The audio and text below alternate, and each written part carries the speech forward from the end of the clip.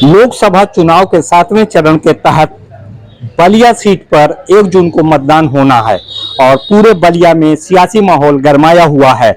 लगातार सियासी हलचलें चल रही हैं। हमारे साथ बलिया के कुछ वरिष्ठ पत्रकार हैं जिनसे हम बलिया सीट पर क्या चुनावी माहौल चल रहा है, क्या सियासी हलचल चल रही है और क्या समीकरण बन रहे हैं, इस पर बातचीत करेंगे, चर्चा करेंगे।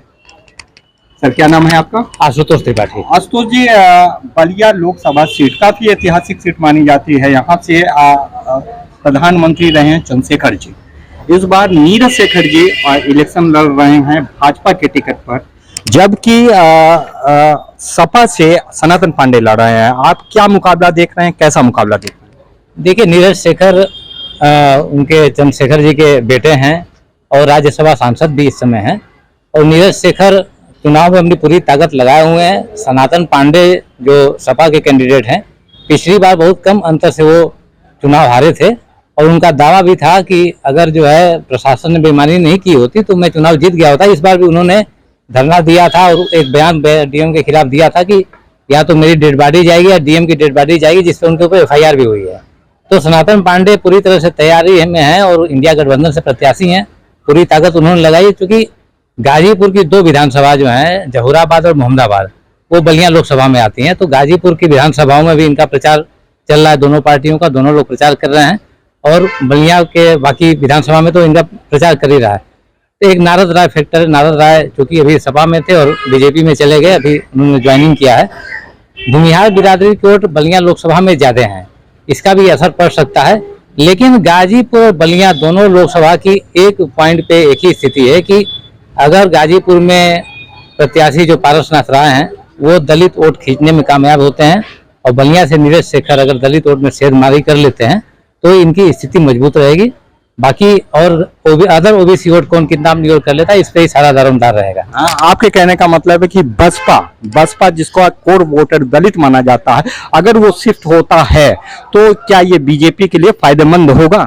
ये देखिए, बसपा के जो कोर वोटर है उनका शिफ्ट होने का चांसेस तो कम है, लेकिन बसपा में अन्य जो जातियां हैं वो शिफ्ट हो सकती हैं और उनपे ही नीरज शेखर का भी पूरा है, सनातन पांडे का भी पूरा फोकस है और गाजीपुर के भी दोनों प्रत्याशियों का पूरा फोकस अदर ओबीसी और दलित में उन जातियों पे है जो कि अदर दलित जिसको कह सकते हैं, हरिजन के अलावा, उन पे इन लोगों का पूरा फोकस है। जाहिर सी बात है। अभी बात कर रहे थे हम लोग आशुतोष जी से। आशुतोष जी का कहना है कि कांटा बेहद नजदीक, कांटे का मुकाबला है और बेहद नजदीकी मुकाबला है। हमारे साथ और भी पत्रकार मित्र मौजूद हैं, हम उनसे भी उनकी राय जानना चाहेंगे। नाम बता दें। शशिकांत तिवारी। शशिकांत जी, आपको बलिया में इलेक्शन फाइट कैसी दिख रही है? देखिए, इस बार का इलेक्शन काफी कांटे का मुकाबला है। पूर्वांचल की सभी 13 सीटों पर 1 जून को मतदान होना है, जिसमें आपका बलिया भी है और गाजीपुर आता है। तो देखा जाए कि पिछले जब 2019 का लोकसभा का चुनाव था, 2019 में जो इस बार समाजवादी पार्टी के प्रत्याशी हैं सनातन पांडे, ब्राह्मण चेहरा के रूप में है और बलिया में ज्यादातर ब्राह्मण भी हैं। तो उस बार वो चुनाव जीतते जीतते आखिरी दाव में वो चुनाव हार गए थे और उन्होंने आरोप भी लगाया था कि सरकारी मशीनरी ने हमको हरा दिया था। इस बार भी जब उन्होंने नामांकन किया तो बहुत बड़ा आरोप लगाया कि इस बार यदि प्रशासन ने कोई गड़बड़ी किया तो या तो यहाँ से डीएम की लाश जाएगी या तो हमारी लाश जाएगी। तो ये कहीं ना कहीं पिछला चुनाव को इस तरह से उन्होंने लिया, जिसके लिए एफआईआर दर्ज हुआ। जो अभी वर्तमान में बीजेपी से प्रत्याशी है नीरज शेखर, वो भी वहां से चुनाव लड़ चुके हैं, राज्यसभा सांसद हैं, लेकिन उन्होंने चुनाव लड़के भी वहां से सांसद रहे हैं। तो बीजेपी के प्रत्याशी भी किसी भी स्थिति में कम नहीं है, दोनों की कांटे की मुकाबला है। लेकिन अब जो समीकरण बदला है, अभी 3 दिन पहले समाजवादी पार्टी के कद्दावर नेता, पूर्व मंत्री रहे नारद राय, जिस तरीके से उन्होंने समाजवादी पार्टी पे आरोप लगाया और कहा कि 3 दिन बचा है चुनाव में और मैं समाजवादी पार्टी का 13 ही कर दूंगा। तो ये कहीं ना कहीं भूमिहार बिरादरी में, क्योंकि नारद राय भूमिहार बिरादरी से आते हैं, तो भूमिहार बिरादरी में एक बड़ा ये संदेश गया है कि जिस तरीके से वो बता रहे हैं कि अखिलेश यादव ने हमारा अपमान किया है, तो कहीं ना कहीं इस तरह की भावना को देख के जाति बिरादरी के लोग प्रेरित भी होते हैं और कहीं ना कहीं इसका प्रभाव भी बड़ा देखा जाता है। तो ये नारद राय का भी इस तरह का प्रभाव बलिया में देखा जाएगा और समाजवादी पार्टी को इसका नुकसान भी सहना पड़ सकता है। शशिकांत जी ने बताया कि बलिया सीट पे इलेक्शन में कास्ट इक्वेशन तो मायने रखता ही रखता है, साथ में नारद राय का सपा छोड़कर बीजेपी में जाना ये एक बड़ा फैक्टर साबित हो सकता है। हमारे साथ अन्य पत्रकार भी हैं जिनसे हम उनकी राय लेंगे। क्या नाम है आपका? बोलू तिवारी। तिवारी जी, कैसे देख रहे हैं बलिया के इलेक्शन? देखिए, बलिया की लोकसभा की लड़ाई बहुत रोचक मानी जा रही है, क्योंकि एक तरफ है सनातन पांडे, दूसरी तरफ है नीरज शेखर जो पूर्व प्रधानमंत्री के लड़के हैं। नीरज शेखर और सनातन पांडे में कांटे की लड़ाई मानी जा रही है, और वहाँ के जो बलिया के जो वोटर हैं वो ये कह रहे हैं कि नीरज शेखर सनातन पांडे से भारी है।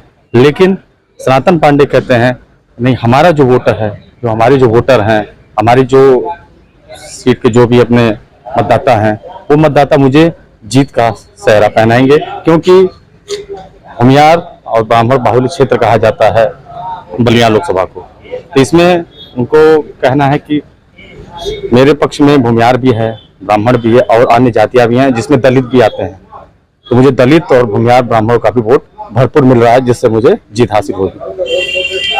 आप अपना परिचय दे दें और बताएं कि बलिया ये इलेक्शन आपके नजरिए से कैसा दिखाई पड़ रहा है। मेरा नाम इकरार खान है। मैं बता दूं कि बलिया और गाजीपुर एकदम सटा हुआ जिला है, और उसमें 2 विधानसभाएं बलिया, गाजीपुर की बलिया में गई हैं। और वहाँ कहीं ना कहीं एक बहुत जोर शोर से पूर्वांचल के नाम, माफिया के नाम से मुख्तार अंसारी को जाना जाता है। उनके बड़े भाई अफजल अंसारी यहाँ से वर्तमान में गठबंधन के प्रत्याशी हैं गाजीपुर से लोकसभा से।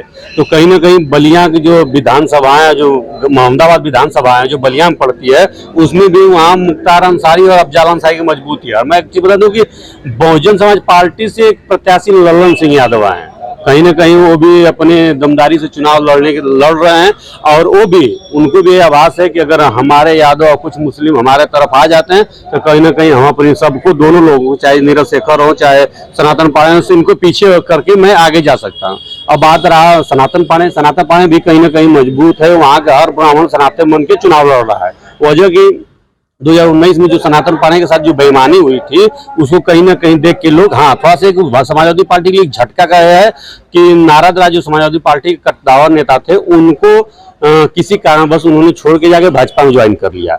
हालांकि भाजपा ज्वाइन कर लिया, लेकिन कहीं ना कहीं नीरज शेखर को उससे फायदा होता है। लेकिन सनातन को भी हम कम नहीं आंक सकते और ललन यादव को भी कम नहीं आंक सकते। और लेकिन देखने वाली बात है कि जो बलिया की जनता है, चाहे वो ओबीसी हो, चाहे बैकवर्ड हो, चाहे सामान्य हो, चाहे मुस्लिम मतदाता, उनका रुझान किसके तरफ जाता है। लेकिन मैं बता दूं, जिस हिसाब से पूरे भारत में इंडिया गठबंधन की जोरों शोर चल रहा है कि इंडिया गठबंधन की सरकार बनने जा रही है, इंडिया गठबंधन आ रहा है, उसकी वजह से कहीं ना कहीं लोगों की मानसिकता भी इंडिया गठबंधन के साथ जा रहा है। इसलिए मैं कह रहा हूँ कि सनातन भी जीत सकते हैं, ललन यादव भी जीत सकते हैं, और नीरज शेखर तो ही है। इकरार खान जी का कहना है कि पूरा का पूरा मामला कोणीय भी हो सकता है और कास्ट इक्वेशंस तो काम करेंगे ही करेंगे, नारद राय का फैक्टर भी काम करेगा, लेकिन यहाँ पर बीएसपी के एंगल को नजरअंदाज नहीं किया जा सकता। हमारे साथ एक अन्य पत्रकार मित्र हैं, हम उनसे भी जानेंगे कि बलिया सीट में चुनाव कैसा है, कैसा मुकाबला दिखाई पड़ रहा है।